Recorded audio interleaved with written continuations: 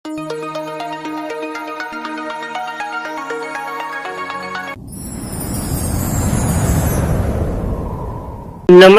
ગુજરાતના અધિકારી મિત્રો, આજે આપણે 16 જાન્યુઆરી 2026 નું મોસ્ટ ઇમ્પોર્ટન્ટ કરંટ અફેર સાથે સાથે જીકે અને જીએસ વિશે ચર્ચા કરવાના છે.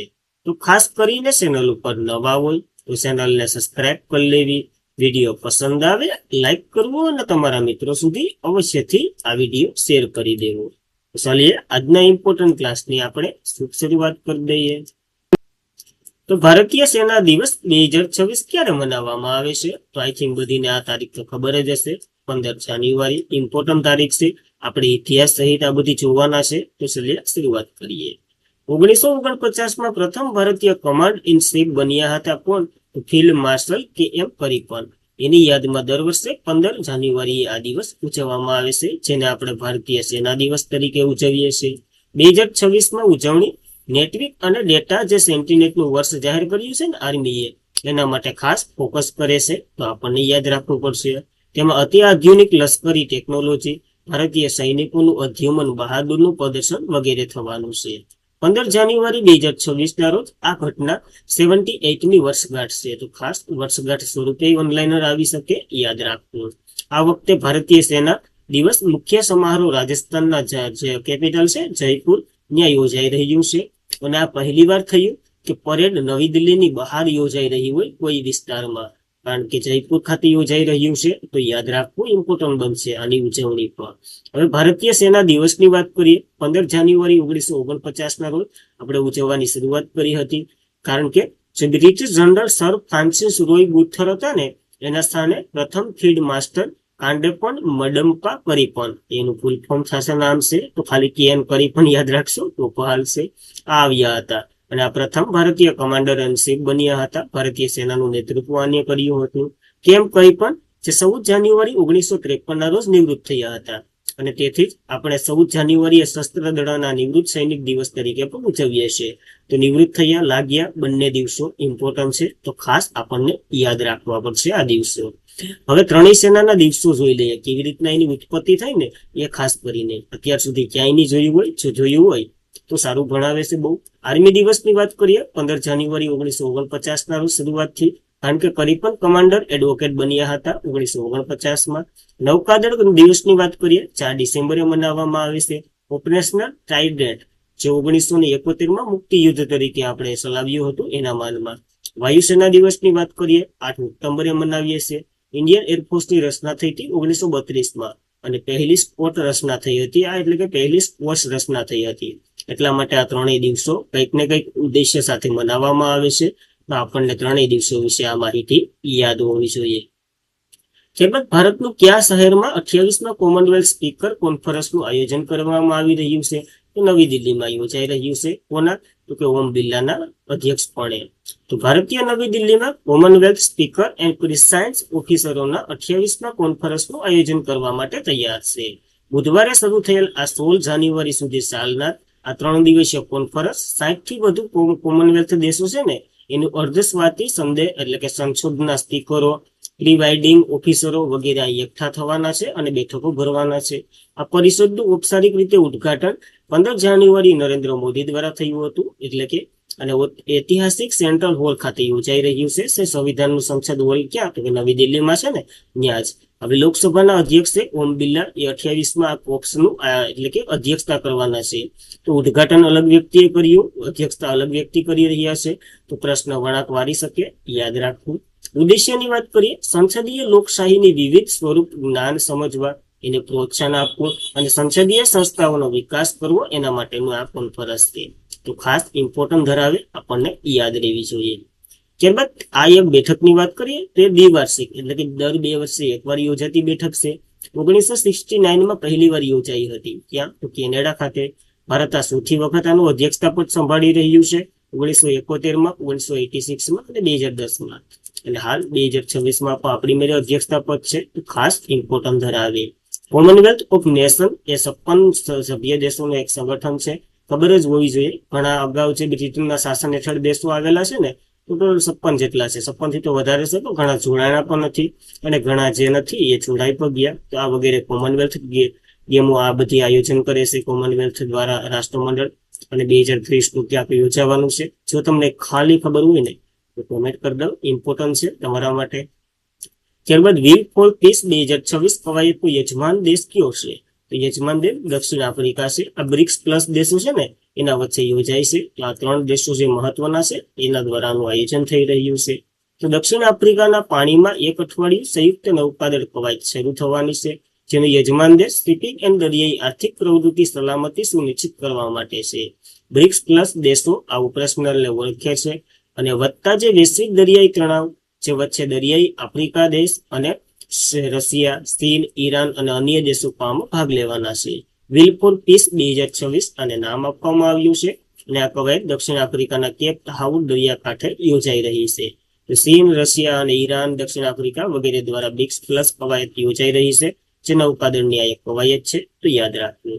બ્રિક્સ પ્લસની વાત કરીએ, જે ભૂ રાજકીય બ્લોકનું વિતરણ છે, જે મૂળ બ્રાઝિલ, રશિયા, ભારત, ચાઇના, દક્ષિણ આફ્રિકા વગેરેનો સમાવેશ થાય છે. તો ખાસ ભારતે આમાં ભાગ નથી લીધો, ચાઇનાએ તો લીધો જ છે, અને બ્રાઝિલે નથી લીધો છે. અનેક સભ્ય દ્વારા આ યુએસ અને પશ્ચિમ આર્થિક વસાહતની શું કરે છે, જોડાય છે. આમાં 100 દેશો અન્ય પણ છે, જેના વિશે આપણે કામ નથી. બ્રિક્સનો નવો સભ્ય બન્યો હતો ઇન્ડોનેશિયા, તાજેતરમાં જ એને પણ ભાગ નથી લીધો. ખાલી આ 3 મહત્વના દેશો છે ને 4, એ યાદ રાખજો. ચીન, રશિયા, ઈરાન અને દક્ષિણ આફ્રિકા આ યોજી રહ્યું છે. બ્રિક્સનો નવો સભ્ય જોઈ ગયા, ઇન્ડોનેશિયા બન્યો હતો. અને 2026ની બ્રિક્સ સમિટ છે ને, બ્રિક્સ પ્લસ દેશોની સમિટ, એ ભારતમાં યોજાવાની છે. તો ખાસ એ કોઈ યાદ રાખવું. હાલની ક્યાં યોજાય? તો બ્રાઝિલમાં યોજાય, અને ત્યાંથી જાહેરાત કરવામાં આવી કે 2026ની ભારત યજમાન કરવાનું છે. તો એ આપણા માટે ઇમ્પોર્ટન્ટ બની રહ્યું છે, અને એના માટેનો એક વિડીયો પણ આપણે આખો મૂકી દીધો, જે તમને આઈ બટન અથવા તો ડિસ્ક્રિપ્શનમાં લિંક નાખી દઈ, એ જોઈ લેવું. ભારતે લક્ષ્ય કરતા 5 વર્ષ આગળ 50% બિન જીવાશ્મક ઉર્જા ક્ષમતાને હાંસિલ કરી લીધું. ભારતનું ચોખ્ખું શૂન્ય કાર્બન ઉત્સર્જનનું લક્ષ્ય કયું વર્ષ છે એ આપણે પૂછ્યું છે. તો 2070 નું વર્ષ છે, જે ખાસ ઇમ્પોર્ટન્ટ ધરાવે છે. 2070 સુધી ઇમ્પોર્ટન્ટ ધરાવશે. 2025 ભારતનું બિન અશ્મિભૂત ઇંધણ ક્ષમતા 267.68 ગીગાવોલ્ટ સુધી પહોંચી ગઈ. ભારત 2025માં રેકોર્ડ બ્રેક વર્ષ પહેલા જ આ પહોંચી ગયું છે, જેને બિન અશ્મિભૂત ઇંધણ સ્થાપિત ક્ષમતાને 267.78 ગીગાવોલ્ટ થયું છે, અને 2024માં 22.6% વધુ થયું હતું. ભારતીય નવી અને નવીનીકરણ ઉર્જા મંત્રાલય છે ને, એનો આ ડેટા છે. સૌર ઉર્જા વિતરણના નેતૃત્વમાં 2025માં વાત કરીએ, એની ક્ષમતા 135 ગીગાવોલ્ટ હતી, અને હાલ તો કે 38 ગીગાવોલ્ટની વૃદ્ધિ થઈ, એટલે કે વધારો થયો છે. આમાં પવન ઉર્જામાં વાત કરીએ તો સતત વૃદ્ધિ જોવા મળી છે. 54 ગીગાવોલ્ટ હતું, જે 13% વધારો સાથે આ નોંધાયો છે. તો બંનેમાં ટોટલ વધારો નોંધાયો છે. આ એટલું બધું ઇમ્પોર્ટન્ટ નથી, ખાલી આ એક આંકડો યાદ રાખજો, અને આપણું લક્ષ્ય કયાનું છે એ યાદ રાખજો. પ્રશ્ન મોસ્ટ ઓફ આ 2 હેઠળના વિધાન છે ને એમાંથી જ આવશે. આ પ્રગતિ દેશને 2030 સુધીમાં જે 500 ગીગાવોલ્ટ બિન અશ્મિભૂત ઇંધણ, હવે બિન અશ્મિભૂત ઇંધણ એટલે તો ખબર ને, તો કે એવી એનર્જી જે પ્રદૂષણ ન કરતી હોય, ટૂંકમાં રિન્યુએબલ હોય, કારણ કે વારંવાર વાપરી શકો. પવન ઉર્જા, સૌર ઉર્જા વગેરેને નિર્ધારિત કરે છે. તો ખાસ એ 500 ગીગાવોલ્ટનું આપણું લક્ષ્ય 2030નું છે, અને ચોખ્ખું શૂન્ય કાર્બન ઉત્સર્જન, એક જરાય પણ કાર્બનનો નીકળતો હોય એવું લક્ષ્ય 2070નું છે. તો ખાસ આ આપણા પંચામૃત કાર્યક્રમ જો કાંઈ નામ સાંભળ્યું હોય તો એની સાથે સંકળાયેલો ટોપિક છે, તો આપણને યાદ રહેવું જોઈએ. ત્યારબાદ કઈ ગ્રામીણ બેંકે ભારતની પ્રથમ સૌર ઉર્જાથી ચાલતી એટીએમ વાન લોન્ચ કર્યું છે? તો ત્રિપુરા ગ્રામીણ બેંક છે ને, એને લોન્ચ કર્યું છે. અંતરિયાળ વિસ્તારમાં લાઇટ ન હોય વગેરે ન હોય એવા કારણોથી ત્યાં વાન આવશે, એમાં પૈસા ઉપાડી શકો. તો ત્રિપુરા ગ્રામીણ બેંક ભારતની પ્રથમ સંપૂર્ણપણે સૌર ઉર્જાથી ચાલતા એટીએમ વાનનું લોન્ચિંગ કર્યું છે. આનું નામ ટીબીજી એટલે કે ત્રિપુરા ગ્રામીણ બેંક ઓન વ્હીલ નામ આપવામાં આવ્યું છે. આ નવીન મોબાઈલ બેન્કિંગ સોલ્યુશનનો હેતુ ગ્રામીણ અને દૂરના વિસ્તારોમાં, ખાસ કરીને જ્યાં વીજળીનો પુરવઠો અવિશ્વસનીય છે અથવા તો ગેરહાજર છે, ત્યાં એટીએમ મૂળભૂત બેન્કિંગ સુવિધા પૂરી પાડવાનું છે. તો ખાસ ઇમ્પોર્ટન્ટ બની રહ્યું છે. ગ્રામીણ બેન્કિંગ દ્વારા શરૂ કરવામાં આવ્યું છે, રૂરલ ડેવલપમેન્ટ બેંક, તો એ પણ આઈએમપી ધરાવે. ત્યારબાદ આવા થોડાક ફેક્ટો જોઈ લે જે એટીએમ અથવા તો બેંકોથી સંકળાયેલા હોય. તો દેશની પ્રથમ ગ્રામીણ બેંક પ્રથા ગ્રામીણ બેંક કઈ હતી? તો પ્રથમા ગ્રામીણ બેંક હતી, જે દેશની પ્રથમ ગ્રામીણ બેંક કહેવામાં આવે છે. આપણે છે ગુજરાત સૌરાષ્ટ્ર ગ્રામીણ બેંક, હમણાં 2 બેંકો મર્જ થઈ ગઈ, જે સૌરાષ્ટ્ર અને બરોડા બંને મર્જ થઈ ગઈ, જેનું હેડક્વાર્ટર ક્યાં છે? તો બરોડા ખાતે છે, એટલે કે વડોદરામાં જ છે. એટીએમ ની શોધ તો કે સ્વિસ ગ્રેટ બ્રિટનના જે જોન્ટ સેફન બેરોન દ્વારા કરવામાં આવી હતી. એટીએમ નું ફૂલ ફોર્મ તો ખબર ને, ઓટોમેટિક ટેલર મશીન. આપણે ભૂખતા કે છઠ્ઠા કે સાતમામાં પાઠ આવતો ત્યારે બહુ ગોખ્યું. વિશ્વનું પ્રથમ એટીએમ 1967માં લંડનમાં સ્થાપિત કરવામાં આવ્યું હતું બ્રિટન બ્રક બાલ્કન દ્વારા. તો ખાસ આપણે યાદ રાખવું. ભારતનું સૌ પ્રથમ એટીએમ સ્થાપિત થયું હતું મુંબઈમાં. આ બ્રિટિશ સમયમાં થયું હતું એસએચબીસી બેંક દ્વારા 1987માં. અને પીએમ જે એટલે કે એટીએમ ભારતનું પ્રથમ સૌર ઉર્જાથી ચાલતું એટીએમ, જે શું કહેવાય સાવનું પેટીએમ દ્વારા શરૂ કરવામાં આવ્યું હતું. પેલાનો દુકાને બોલતા હોય 10 રૂપિયા પ્રાપ્ત થયા છે એ ટાઈપનું સાવનું બોક્સ હતું કે પેટીએમ દ્વારા શરૂ કરવામાં આવ્યું હતું સૌર ઉર્જાથી. અને બેંક ઓફ મદ્રાસ ભારતનું પ્રથમ બેંક જે ટ્રેનમાં મુસાફરી દરમિયાન જે એટીએમ સ્થાપિત કર્યું હતું અને મુંબઈ મદ્રાસ પંચવટી એક્સપ્રેસ છે ને એમાં શરૂ કર્યું હતું. જ્યાં મદ્રાસમાં થયું હતું, પાયલટ પ્રોજેક્ટ સ્વરૂપે થયું હતું, પછી હતું એક્ઝામમાં પણ આવી ગયું, તો આપણને યાદ રાખવું પડશે. ત્યારબાદ અલવરને કયા રાજ્યના પ્રથમ પતંગિયા અભયારણ્ય તરીકે જાહેર કરી દીધું છે? તો કેરળનું પ્રથમ પતંગિયા અભયારણ્ય તરીકે આને જાહેર કરી દીધું છે. આ મોસ્ટ ઓફ પતંગિયા જોવા મળે છે. તો કેરળ સરકારે અલવરને નવી ઓળખ આપી, જૈવ વિવિધતા સંરક્ષણ તરફ એક મોટા પગલું ભર્યું અને કુન્નુર અલવર વન્યજીવ અભયારણ્ય હવે સત્તાવાર રીતે નામ બદલી દેવામાં આવ્યું છે, અલવર બટરફ્લાય અભયારણ્ય આપવામાં આવ્યું છે. આ નિર્ણય વિસ્તાર અસાધારણ પતંગિયાની વિવિધ માન્યતા અને જાગૃતિ, પર્યાવરણને અનુકૂળ વિસ્તારને પ્રોત્સાહન આપે છે, નાજુક રહેઠાણ સુરક્ષિત રાખવામાં ધ્યાન કેન્દ્રિત કરે છે. અને આ ભારતનું પહેલું અભયારણ્ય છે જે સંપૂર્ણપણે પતંગિયાથી સમર્પિત હોય. અહીંયા ઘણી બધી પ્રજાતિઓ જોવા મળે છે, જેમ કે 266 થી પણ વધુ પ્રજાતિઓ પતંગિયાની જ છે. તો ખાસ કેવું અલગ નજારો હોય ત્યાં જાવ તો જ ખબર પડે, અહીંથી મજા આવે. ત્યારબાદ ત્રીજો ભારતીય લાઇટ હાઉસ ફેસ્ટિવલ 3 જે ક્યાં યોજાઈ રહ્યો છે? તો આંધ્રપ્રદેશમાં યોજાઈ રહ્યો છે અને આંધ્રપ્રદેશનું એક શહેર છે. શું નામ? તો વિશાખાપટ્ટનમ. તો ત્રીજો ભારતીય લાઇટ હાઉસ ફેસ્ટિવલ 9 થી 10 જાન્યુઆરી 2026 દરમિયાન આંધ્રપ્રદેશના વિશાખાપટ્ટનમમાં એમજીએમ પાર્ક છે ને ત્યાં યોજાઈ રહ્યું છે. આનું ઉદઘાટન આપણા ભૂતપૂર્વ ઉપરાષ્ટ્રપતિ એમ વેંકટ નાયડુ દ્વારા કરવામાં આવ્યું છે. અને આનું આયોજન બંદર, શિપિંગ અને જળમાર્ગ મંત્રાલય છે એના દ્વારા કરવામાં આવ્યું છે. એની સાથે light house industry director general પણ જોડાયું હતું. આ બંને દ્વારા આનું આયોજન થયું છે. આ ઉત્સવ ભારતીય દીવાદાંડીઓના પર્યટન સ્થળોમાં પરિવર્તન કરવા, દરિયાકાંઠાની સંસ્કૃતિને પ્રોત્સાહન આપવા માટેનો એક ભાગ છે. તો ખાસ ઇમ્પોર્ટન્ટ બને છે. અને આની પહેલી આવૃત્તિ ગોવામાં યોજાઈ હતી 2023માં અને 2024માં પુરી ઓડિશા ખાતે યોજાઈ હતી. તો આ 2 આવૃત્તિ અને આ ત્રીજી વિશાખાપટ્ટનમ ખાતે યોજાઈ છે. તો 3 આપણને યાદ રહેવી જોઈએ. ત્યારબાદ ન્યાયાધીશ રેવતી મોહંતી ડેર એ કયા રાજ્યના પ્રથમ મહિલા મુખ્ય ન્યાયાધીશ બન્યા છે? તો ખાસ મહિલાનો પ્રશ્ન છે, તો કેવું આપણું સરકાર પૂછે એ તો ખ્યાલ જ હોવો જોઈએ. મેઘાલયના મુખ્ય ન્યાયાધીશ બન્યા છે, પ્રથમ છે એટલા માટે. તો ન્યાયાધીશ રેવંત મોહંતી ડેર જે શિલોંગ લોકભવન સ્થિત દરબાર હોલ મેઘાલયના પ્રથમ મહિલા મુખ્ય ન્યાયાધીશ તરીકે શપથ લીધા છે. રાજ્યપાલ ચંદ્રશેખર એસ દ્વારા આને શપથ લેવડાવવામાં આવ્યા છે. તો ત્યાંના રાજ્યપાલ ચંદ્રશેખર એસ છે. તેમનું મુખ્ય ન્યાયાધીશ જે સમય એટલે કે સોમૈયુ સેનનું સ્થાન લીધું હતું. આ ત્યાંના મુખ્ય ન્યાયાધીશ સોમૈયુ સેનનું સ્થાન લીધું હતું. આના વિશે આપણે વાત કરી હતી, કારણ કે આને કેરળ હાઈકોર્ટ ખાતે ટ્રાન્સફર કરવામાં આવ્યા હતા. પછી આ ખાલી હતું અને આ ખાલી હતું તો બોમ્બે હાઈકોર્ટના જે ન્યાયાધીશ હતા રેવંતી મોહંતીને એને આમાં પ્રથમ બનાવી દીધા મેઘાલયના હાઈકોર્ટના મુખ્ય ન્યાયાધીશ. તો આ નિયુક્તિ યાદ રાખવી. જ્યારે હાઈકોર્ટના પ્રથમ મહિલા ન્યાયાધીશ તો અન્ના સાંડી બન્યા હતા કેરળ હાઈકોર્ટના. અને હાઈકોર્ટના પ્રથમ મહિલા ચીફ જસ્ટિસ લીલા શેઠ બન્યા હતા હિમાચલ પ્રદેશ હાઈકોર્ટના. જે ગુજરાતી પાસે એ તો યાદ જ રાખવાનું આપણને. અને ફાતિમા બીબી વિશે તો આપણને ખબર જ છે, તો એ હવે નથી કેવું, તમારી રીતના વિચારો. ત્યારબાદ કયા રમતના ખેલાડી દવિન્દ્રસિંહ વરસાન 70 વર્ષની વયે અવસાન થયું છે? તો હોકીના ભૂતપૂર્વ ખેલાડી છે. આ મહત્વના છે, તો આપણે જોઈ લઈએ આના વિશે. તો ભૂતપૂર્વ ભારતીય હોકી ખેલાડી, ઓલિમ્પિક અને સુવર્ણ ચંદ્રક વિજેતા દવિન્દ્રસિંહ વરસાનું અવસાન થયું. 76 વર્ષની વયે ભૂતપૂર્વ આઈપીએસ અધિકારી હતા, જેમણે 1980માં મોસ્કો ઓલિમ્પિક ખાતે સુવર્ણ ચંદ્રક જીતી અને ભારતનું નામ રોશન કર્યું હતું. એ પછી તો 6 ઓલિમ્પિક મેચોમાં ટોટલ 8 ગોલ્ડ મેડલ લઈ આવ્યા હતા અને ઘણી બધી ઉપલબ્ધિ હાંસલ કરી હતી. એટલે જ આપણે 2021માં એને ધ્યાનચંદ એવોર્ડ જે રમતગમત ભારતનો સર્વશ્રેષ્ઠ જીવનકાળ એટલે કે અચીવમેન્ટ એવોર્ડ છે એ આપ્યો હતો. હવે જો 2 એવોર્ડ વિશે તમને ડિફરન્સ છે એ શેર કરી દઉં. આ બંને અલગ અલગ છે. ધ્યાનચંદ પુરસ્કાર જે રમતગમતનો લાઈફ ટાઈમ અચીવમેન્ટ એવોર્ડ ગણવામાં આવે છે અને એક મેજર ધ્યાનચંદ એવોર્ડ હોય એ પણ અલગ છે. હવે આ ધ્યાનચંદ પુરસ્કાર છે ને એની સ્થાપના 2002 માં થઈ હતી. આજીવન શું કહેવાય અચીવમેન્ટ બદલ આ પુરસ્કાર આપવામાં આવે છે.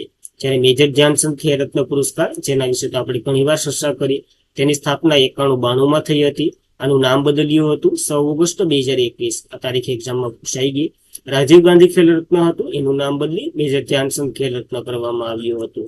અને પેલું વેલું ચેસના ગ્રાન્ડ માસ્ટર હતા, એને મળ્યો હતો. શું નામ? તો કે વિશ્વનાથ આનંદ. તો ખાસ આ બેઝિક માહિતી યાદ રાખવી. ત્યારબાદ પ્રવણ કલ્યાણ જે દુર્લભ સુમુરાઈ માર્શલ આર્ટ સન્માન મેળવનાર પ્રથમ ભારતીય બન્યા છે.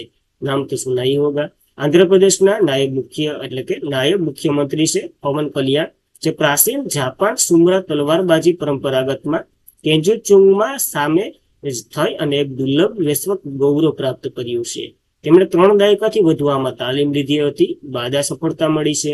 એક દુર્લભ સન્માન જે સામાન્ય રીતે જાપાનના પ્રોફેશનલ અનામત દ્વારા જાપાનની બહાર ફક્ત અપવાદરૂપ કિસ્સામાં જ આ કોઈને એનાયત કરવામાં આવ્યો હોય. તો આ પેલા વ્યક્તિ બન્યા છે. તો ખાસ આપણને તો નામ યાદ રાખવું અને જાપાનનો આ સુમરા માર્શલ આર્ટ એવો જ છે એ મળ્યો છે. 2 વસ્તુ યાદ રાખવો. આંધ્રપ્રદેશના નાયબ મુખ્યમંત્રી છે, તો એ પણ યાદ રહેવું જોઈએ. એટલું ઘણું આપણા માટે ઇમ્પોર્ટન્ટ. બસ, તો આજના માટે એટલું જ હતું. હવે કાલનું રિવિઝન કરી લઈએ. તે પેલા વિડીયો પસંદ આવ્યો હોય લાઈક કરો, તમારા મિત્રોને શેર કરો. ચેનલ ઉપર નવા હોય તો અવશ્યથી સબસ્ક્રાઇબ કરી લો. ચલીએ શરૂઆત કરીએ કાલના રિવિઝનની. તો પીએમ મોદી અને કયા દેશના ચાન્સેલર ફેડરિસ મર્જ, જે અમદાવાદની આંતરરાષ્ટ્રીય પતંગ મહોત્સવ 2026ના મુખ્ય ઉદઘાટક હતા, તો જર્મનીના છે આ ચાન્સેલર. તો આપણને યાદ રાખવા. કઈ સંસ્થાએ ટોચના હુમલા ક્ષમતા સાથે જ સ્વદેશી ત્રીજી પેઢીનું મટગામસ સફળતાપૂર્વક ઉડાન ભર્યું? આ એક મિસાઇલ છે. DRDO આનું ઉડાન કરી આવ્યું છે. તો યાદ રાખવી. કયા ભારતીય સેનાના અધિકારી લિંગ સમાવેશ શાંતિ રક્ષા યોગદાન બદલ તેમને UN સેક્રેટરી જનરલ એવોર્ડ મળ્યો છે?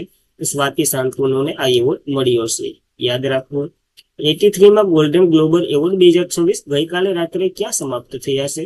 તો કેલિફોર્નિયા ખાતે યોજાયા હતા. ઘણા એવોર્ડો આપવામાં આવ્યા છે. તો યાદ રાખવા. કયા રાજ્યના અનંતપુર દાડમને GI ટેગ મળ્યો છે? તો આંધ્રપ્રદેશના ફેમસ છે. યાદ રાખવા. ત્યારબાદ કઈ IITની મદદથી ભારતે પ્રથમ પગવાળા મોબાઈલ મેન્યુલેટર્સ કોપ્સનું બનાવ્યું છે? તો IIT કાનપુરની મદદથી બનાવ્યું છે, જે ન્યાસ તૈનાત કરવામાં આવ્યું છે. 2025માં સેમસંગને પાછી છોડી કઈ ટોચની સ્માર્ટ બ્રાન્ડ બની ગઈ, એટલે કે સ્માર્ટફોન બ્રાન્ડ બની ગઈ? એપલ બની. બીજા નંબર ઉપર સેમસંગ છે અને ત્રીજા નંબર ઉપર Xiaomi છે. તો યાદ રાખવી, ઇમ્પોર્ટન્ટ છે એટલા માટે. ભારતનો પ્રથમ બાયોહેપ્ટિક ડિસ્ટ્રિક્ટ કયા રાજ્ય ખાતે વિકસાવવામાં આવી રહ્યો છે? તો અરુણાચલ પ્રદેશમાં વિકસાવવામાં આવી રહ્યો છે. આ બધી આપણે કાલ જોયું હતું. ભારતીય સેનાએ ક્યાં સાંઝા શક્તિ અભ્યાસ શરૂ કર્યો છે? તો મહારાષ્ટ્રમાં, ગુજરાત અને ગોવા વગેરે ત્રણેયની સરહદો વિશે માહિતી માટે. ત્યારબાદ તાજેતરમાં જ કયા રાજ્ય સરકારે અફકા પડે યોજના શરૂ કરી છે? તો કર્ણાટકે શરૂ કરી છે, બાળકોને સંભાળ માટે. અને આજના માટે એટલું જ હતું. ખાસ કરીને મિત્રો, વિડીયો બનાવવા પાછળ બહુ મહેનત જાય છે. તો આ મહેનત તમને દેખાતી હોય તો લાઈક, શેર અને સબસ્ક્રાઇબ અવશ્યથી કરવું. PDF સ્ટડી મટીરિયલ વગેરે માટે ટેલિગ્રામમાં જોઈન્ટ થઈ જવું, જેની લિંક તમને ડિસ્ક્રિપ્શનમાં મળી જશે. તો બસ આજના માટે એટલું જ હતું. જય હિન્દ, જય ભારત. તમારો દિવસ શુભ રહે.